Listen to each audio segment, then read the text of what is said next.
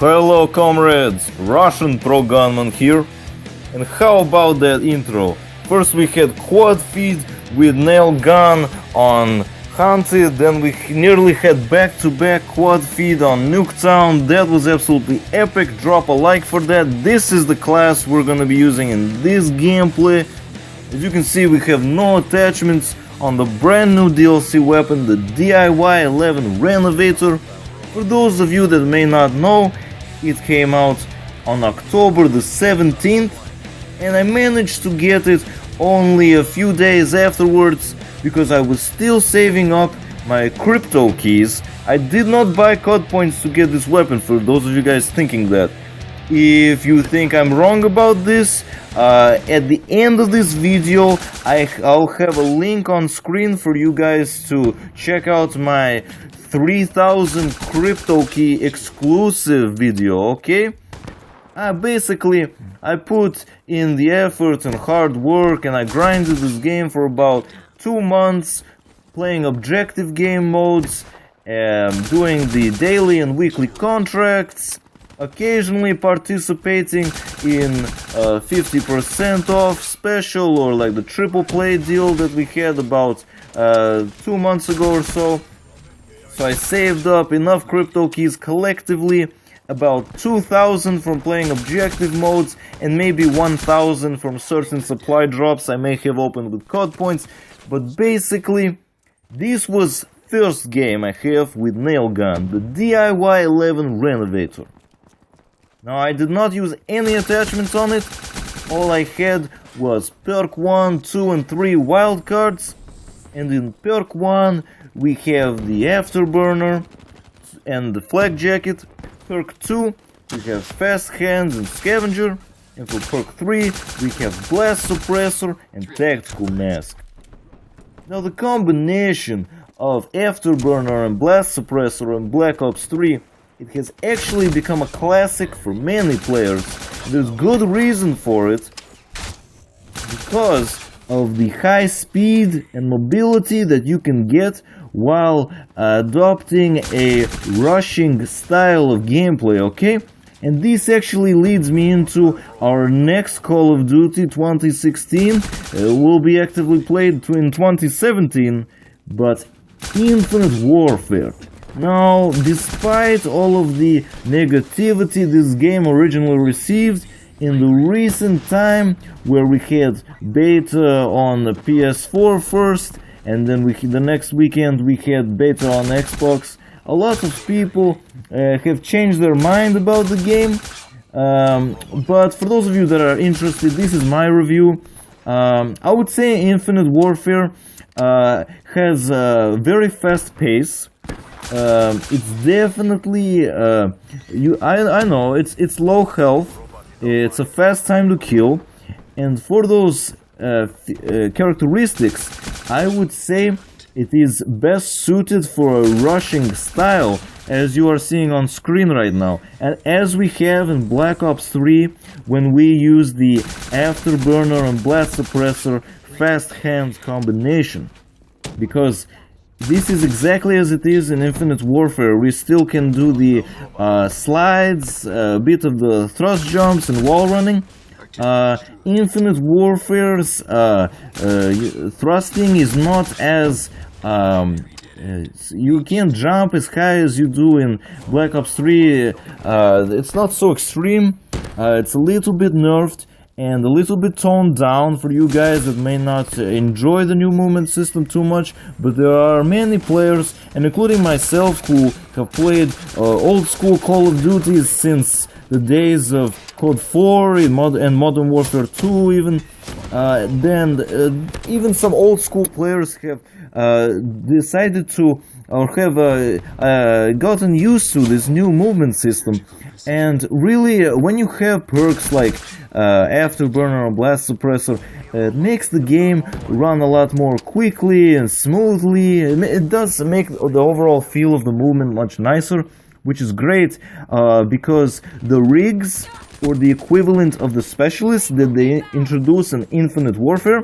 By the way, I will have Infinite Warfare gameplay very soon on my channel, including my first ever game of Infinite Warfare with a high score. So look for that on my channel. It's gonna be released. But for those players that are getting used to the new movement system with Blast Suppressor and Afterburner, you can have an equivalent of this in Infinite Warfare with the equivalent of specialists, which are called rigs. And it's obviously because Infinite Warfare is rigged. Pun intended. But anyways, there's a rig called the what's it called? Starts with an S. Okay, now we're playing Scrabble. When it comes back to me, I'll get it, but in that specific rig, the Synaptic rig, there we go. It is mostly intended for submachine gunners, for rushers, and what it has on it is propulsion, which is like a special feature of the rig, right? So it's like your ability, specialist ability in Black Ops 3. In Infinite Warfare, it's propulsion for the Synaptic rig. And basically, it is Afterburner, but it's like Afterburner 2.0. It is like instant Afterburner. You get your specialist, you get your thrust bar up instantly, and I'm sure that not a lot of players know about this.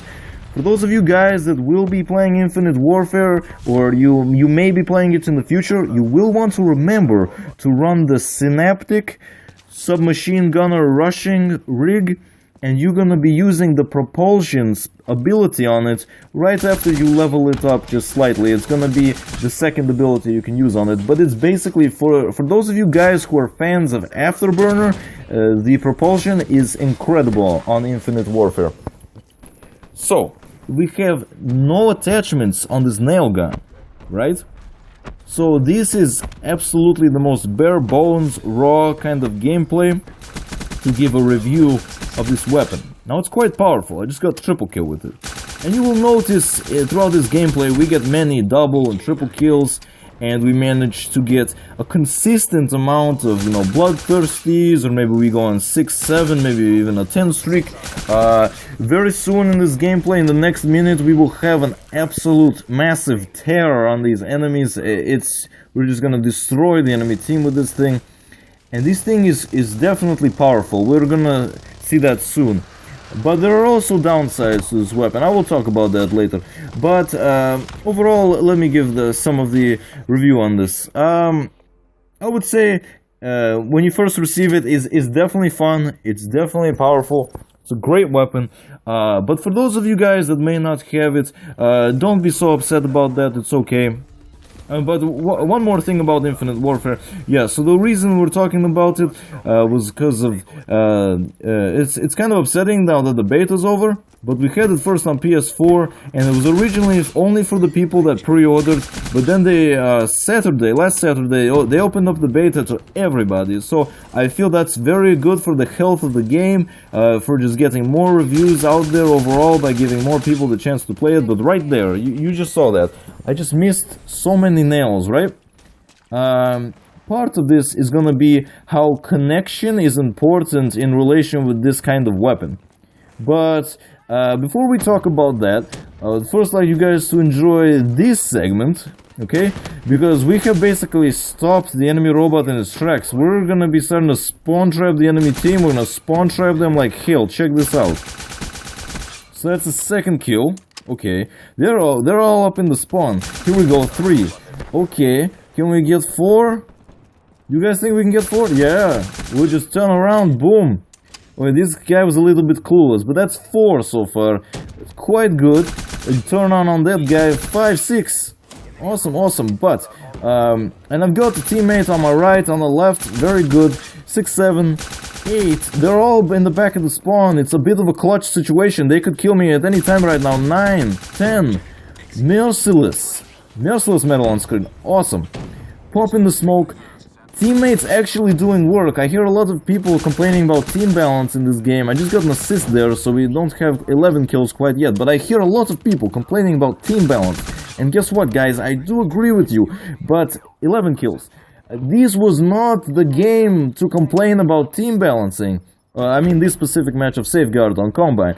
I would agree, I would complain about team balancing overall, but I got lucky during this match where my team had at least a decent enough level of skill to cover my flanks, you know, my right, left side, so I can just focus on this center, get this 12, and then it was 14 kills, I must have missed 2.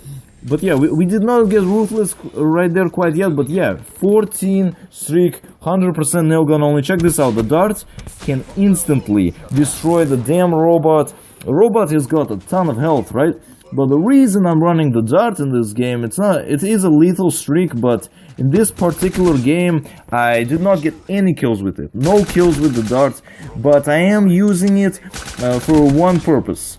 To destroy the enemy robot, because it typically takes a lot of your, grenades, rocket launching, maybe war machine, maybe you have the Reaper, all of that stuff will help, but typically if you're just firing at it, maybe a light machine gun, whatever, weapons are not effective. Robot has a crap ton of health, and some low streak like the dart actually really helps. This guy slashes me. It really helps to be able to destroy the robot as fast as you can, consistently have it rebooting, and this will help you stall the game long enough, you know, for the maximum amount of time. I like Safeguard. You get more and more time during the 4 possible rounds that you can get in that game. You get the first win, second loss, or maybe you lose first and then you win. You get the 2 overtime rounds, and basically so much time, up to 20 minutes, will allow you to get the maximum amount of kills possible. You see a lot of gameplays on YouTube, 100 pluses on Safeguard. I can't say I've gotten those, but at the same time, with a new weapon, this is a pretty high scoring, pretty respectable gameplay. The majority of kills in this that you see in this game are with the new NailGun, DIY 11 Renovator, and only some of them are with the Ripper. But it's mostly NailGun, and I've seen 100 pluses with the NailGun on YouTube. But these people are running rates and VSATs. Oh, that's fine. But if you run like rates and reps, you know, it really just starts to focus on the score streaks and not so much on the new weapon. But anyway, let's get to the weapons. Get to the review overall. So it's a good weapon. It's powerful, right? But because there is a slight particle travel time delay, okay? Because we're not firing bullets with this weapon, obviously. It fires nails. And these nails, they don't have an instant travel time as a bullet. You have to lead your shot just a little bit, and you will be missing a bunch of nails with this gun. That's why one tip I can give you is this gun will be very effective, okay? It will be a 3-shot kill in point blank, it'll be 3-shot at medium range and 3-shot at long range, okay? But if you are in those long range situations, in order to get the maximum effect out of this Renovator, for those guys that have it or may get it in the future, you want to pay attention. You want to just tap the trigger like a feather tap, they call it. And the reason is you're gonna treat the weapon as like, you can convert it kind of like a semi-automatic, and that's how you're gonna get those long range kills.